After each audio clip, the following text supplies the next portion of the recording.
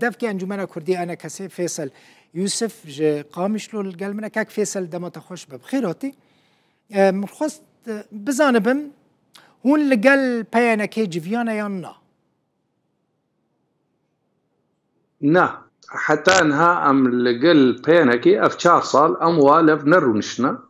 يعني رونشني موانا اخري ويد هيبايا ضها ضها زارو بيست حتى انها نرونشنا تاني ايرو يعني هناك كارد بيج الي امريكا وج الي فرنسا ودنجي قالي ما ولات باريس انه لفكرنك ونكاربن بهبدورون اللي حتى انها هي نبوينا هونيا كانجي بجفن كاك فيصل إيه ما ماج علمتي أمريكانا أو فرنسية كربري دروجة وقتي أموال رونشتن إنه إيه ما توقتي تبرز غريكي ما رونشتني عم تخازن دريا رودا ويرجلي ما جويزان بهر وقتي ما قوتيك هالوستا كردي أمبيرنا جده هزار وبيستا وقتي قدس في بودس في شخريا بريز مظلوم عبده وبخوستنا أمريكانا وهر وقتي خوستنا ما قوتي أري شما نبو يانا أفرس أفقلك جاري ما برسايدا أبدا فرس غريك شعالي ماذا نبون فيشتي وي دوكيومنتاغو امريكانا وكاك مظلوم وقع عندي اليه دي شمال كريه شمال ابويا مزان دوساوي حتى فيشتي وين بن بيكر انه تشتي او راق عندن او السر انجوماني و اي بيشغيري وين نهاج اي ما عم بيجينا ما مادنا لي بيشتي روخانا ريجيم وضع جديد سوريا دتي او وضع يقول شو عم كاربن دفنا خب باريزن عم كسي سبيل برين هارا بورا يعني رزق رئيسگرتن ویجامره آلمانی را استیون شنیگ اوی گود بیجید وی کسی سوید بین پاراستن ام بشکن جوا کسی سویدی گو ام ناخوازن دورا مجاره که دیتری ویران بی وقت جهه دیتری گو هاتی اب نرمه با وقت انجومان گریدایا او یک هلواستا کردی گو ببی گوبران نهیلی ببی بنگاه گونا او ایریشه گو ایرو گفنتین جاره که دیتری دوباره نبی خلکی ما رحت بن آرام بن ام بیجید پیشیاوی قالك جاري وقتك وهناك تشتغل قالك ويبي والله ابناء آلية الكافة تشتغل نا تلك دنجا كيف تشتغل نج نعم دنجي وادجي نقاسيكو ام بيجن ام وقت كردي سوري يعني خلكي ما جباكا ما هاي حدكي براسي بدنا كوشبري وخازن ريكي ببين كوشبي مسدي خلاص بقصدي بقريدا يا بيانا كي بقريدا يا غوريكي شوي مسدي بين ابقى في قوتين أباقود بنا بين والله هكاك هيا ريك شوية بيديتن ديار بكن وقود بيجي هالوستاوى جوي مسألة باشا كاك فيصل تبر برسياري يعني بردفكي أنجمنا كردي أنا كسي يعني برشتتين كرم براستي مثلا لقورك وأز آقادار منك زانيارين الجمال أنا مظلوم عبدي چند جاران داخواست كريك وهن هف ببينن لي وهر دمي خو بيدن كريه براستي تخازم في بزانبم هون كنجي مظلوم عبدي ببينن والله از ویشتنا بشیرم يعني كاك مظلوم بري بشش رجع خص ما ببيني اي ماشي يعني ما خصت يعني ام نا يعني قال لك جاري برينها ما خصت يا جارك مظلوم خصتيها برينها صاري درباسوي ده قال لك جاري ما خصت يو كارنات يا اي روجي ام نتجي وينا في فان روجي دوي ما بستمن نا نسولين دربوس بوي ام بندا امريكانا وفرنسيا بو وتالي ده مجوارقو اون اول فكرناغو امجي تخوازن اون تخوازن او اركاريه مربكن ام قفن قوتين سر دبراما ونجي اركاريه بكن ام بخلكي خوي سبيل ام كاربن خدمتك يجواربكن وقيرجيك هالوستا كردي او دي كومنتاغو هو وقع عندي وقت فرنسي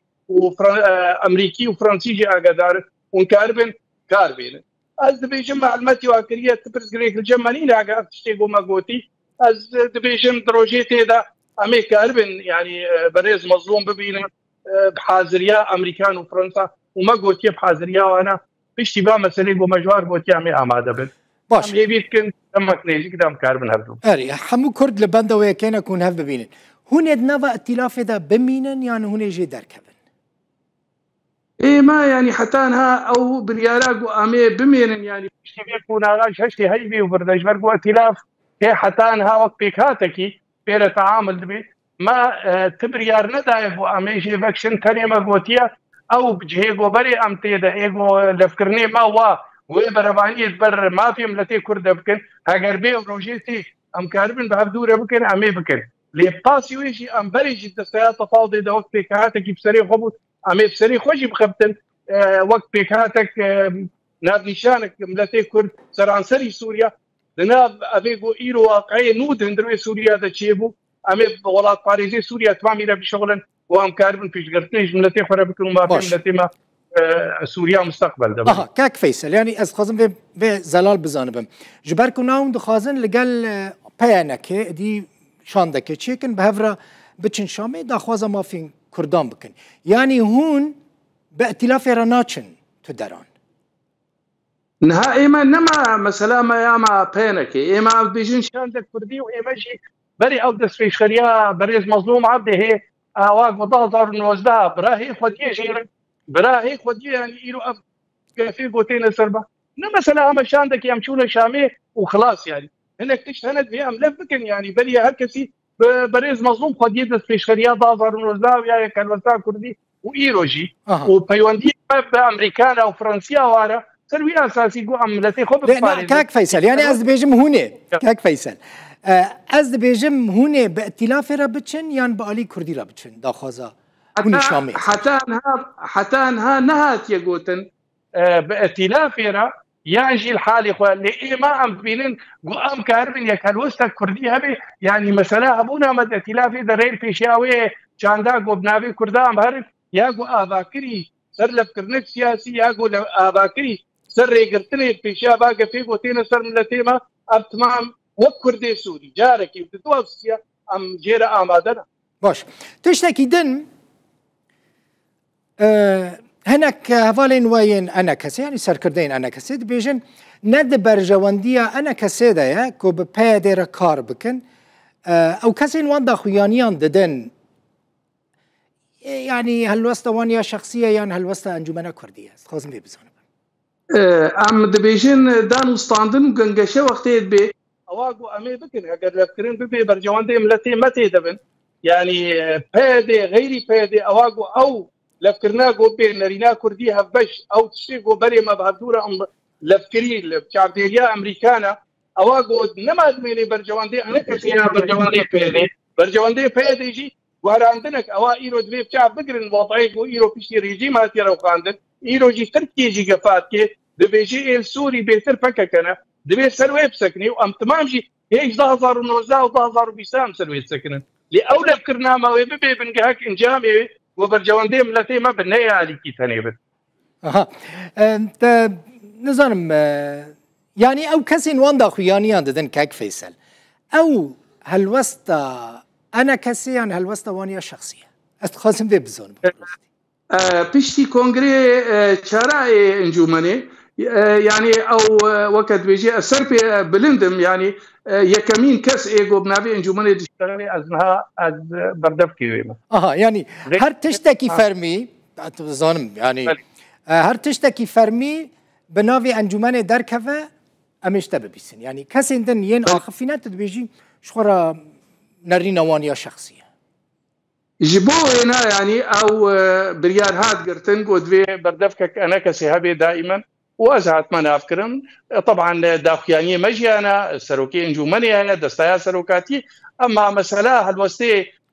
وقت بيجيد بيرمد لحظه ده از وقت بردف از برسا داوي كاك فيصل بكرتي براسيات خوزم بزانبم روج ديارن هفديتنا والقل مظلوم عبدي في حفتي مثلا في حفتي خبره وي بدن ما معلوماتي امريكانا وفرنسيا كريا اماده بوناخا ومعلوماتي بريز مظلوم كريا معايا سوز بيداني از توقعت كم ويقال كنا دريشتك في حفتي از توقعت كم ابواب قريدايه انا ما بقريدايه تشتي خط ما قلت امريكانا وفرنسيا رجي وما بريز مظلوم رجي قلت ما يقول اوج اديو هذا نل از خازم بيتني بيجم جملتي مرة اوي قلت بيجين انجومن لاكي از خوازم زن بن انجومن تروجاجی 2019 حتی ایروجی نگوتی ام نبی کلوستیرا پروگرام ما بی کلوستا کردی ریج برگو برچواندی متیدنا لهنا اكتشفنا وقتی ام بیجیش فوقو ام کاربن خطر يفسر دبراقه نعم بردفكيتر كان او يقول بردفكيتر كان جارك يبدوا في شاشن ام بردفكيم التي خو شاو باريزن قفاوج مخاطره بله مالا تاوا گلکی سپاس فیصل یوسف بردف که انجمن کردی انا کسی جباجار قامشلو